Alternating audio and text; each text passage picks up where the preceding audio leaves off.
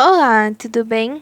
Para essa questão, a gente primeiro precisa entender o que está acontecendo, né, com esse ímã, com essa espira, para depois a gente entender qual é o princípio que está funcionando aqui. A gente tem ali uma lanterna, né? Tem a função de agitar a lanterna. E qual é o intuito de agitar a lanterna? É fazer um ímã se movimentar através de uma bobina. Aqui eu desenhei só uma volta, né? Mas uma bobina são várias voltas junto, para aparecer uma corrente induzida. Então, o que que acontece? O ímã vai vir para cá, para cá, para cá, para cá, para cá, para cá, para cá, para cá. E agora você precisa lembrar da lei de Lenz. Você lembra dos princípios da lei de Lenz? Ela é a lei da oposição. Como assim? Ela está sempre criando polos magnéticos, né? Quando você tem assim espiras, essas espiras elas criam polos magnéticos. Quando existe uma variação aí do fluxo magnético sobre a espira, produzido por um outro material já imantado, como o ímã, né? O ímã aqui ele tem um determinado campo magnético. Como ele está se aproximando aí, o valor do campo magnético está aumentando. Se o valor do campo magnético muda em relação à espira, então tem fluxo magnético, né? Então, com o fluxo magnético, existe aí essa indução eletromagnética, que é sempre o contrário. Como assim? Esse ímã, ele está se aproximando aqui, né? Se ele está se aproximando, o que que a espira quer? A espira quer que ele não se aproxime, que ele vá para longe. Para que ela cria essa força, né, de repulsão, de eu não quero você aqui, ela precisa criar um polo igual. Por quê? Porque polos iguais se repelem e polos contrários se atraem. Então, se eu criar um polo sul desse lado aqui da espira, então eu vou repelir esse ímã. E o polo norte aqui vai ficar do outro lado, né? Aí aqui você pode calcular a corrente assim, ó. Imagina que essa daqui é a parte da frente da sua espira, tá? Essa daqui é a parte da frente. Então, aqui as minhas linhas de campo têm que entrar aqui e sair aqui. Afinal, elas saem do polo norte, dão a volta e entram no polo sul. Então, elas têm que entrar aqui e sair aqui. Entrar aqui e sair aqui. Se elas precisam fazer isso, é porque o meu dedão tá para baixo. Então, a corrente aqui é para baixo, conforme está desenhado. Agora, vamos desenvolver um pouquinho mais dessa lei de Lenz aí. Aqui a gente tem o mesmo ímã, né? Ele só passou e está indo para o outro lado. Pela inércia, ele tende a continuar a se movimentar aqui para o outro lado, certo? Mas, ó, o que que vai acontecer? Agora esse ímã está se afastando.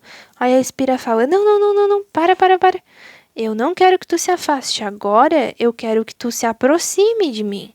Eu não quero mais que tu se afaste, eu quero que tu venha para perto de mim.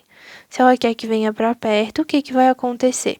Ela vai criar um polo de atração aqui como ímã para que haja essa força aí de atração dos polos e o ímã venha para cá.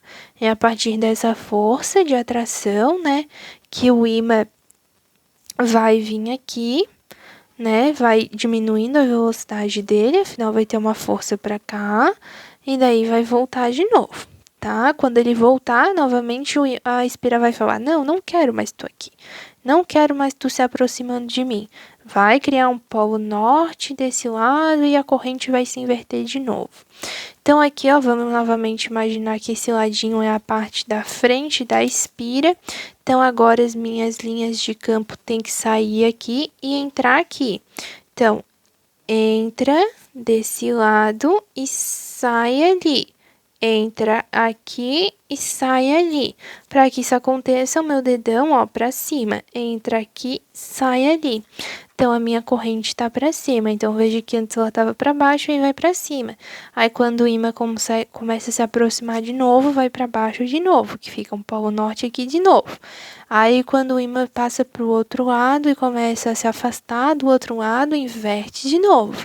Então, vamos ver aqui, ó, a corrente alternada, ela fica mudando, ela fica assim, para cima, para baixo, para cima, para baixo, para cima, para baixo. E a corrente contínua, ela é igual, por exemplo, quando a gente tem um circuito elétrico, né, que a gente tem uma fonte de alimentação que é uma bateria. Ela produz uma corrente contínua, porque a corrente está sempre indo no mesmo sentido horário, sentido anti-horário, mas está sempre no mesmo sentido. A corrente alternada ela é comum também nas fontes tipo tomada, que vem de hidrelétrica, que vem de energia nuclear, essas fontes assim que a gente usa para nossa casa, por exemplo, que daí que a corrente gira assim, ó, horário, anti-horário, horário, anti-horário. E ela fica se alternando assim, tá?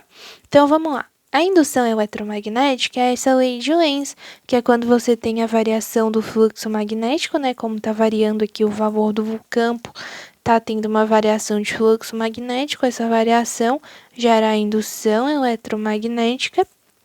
E essa indução eletromagnética é a lei de Lenz, né? A gente sabe que é corrente alternada porque essa corrente está mudando. Se fosse corrente contínua, seria sempre em um sentido só. Então, todas as alternativas que têm corrente contínua, a gente já descarta. A lei de Coulomb é essa lei aqui, ó, é a lei das forças entre duas cargas elétricas. Força é igual a constante, né, vezes as duas cargas sobre a distância ao quadrado. Por mais que aqui tenha a indução, né, da corrente elétrica, a gente não está trabalhando com interação de força entre duas cargas elétricas. Então, a lei de Coulomb não é mais adequada, tá? Então, aí todas as outras alternativas já foram excluídas, mas tem a lei de Ampère. A lei de Ampère, você não chega a estudar ela profundamente no ensino médio, mas ela é conhecida como a regra da mão direita. A gente usa aqui para descobrir o sentido da corrente, mas não é esse o motivo, né, o princípio físico aí de ter essa variação dos fluxos magnéticos. Ela é só um artifício que a gente usa para descobrir o sentido da corrente elétrica a partir da indução eletromagnética desses polos. Então, não pode ser lei de Ampère, porque ela não é o principal motivo, ela é só um caminho para a gente descobrir o sentido da corrente. Não pode ser lei de Coulomb, porque a gente não está analisando a força entre duas cargas. E não pode ser corrente contínua, porque ela fica mudando o tempo todo.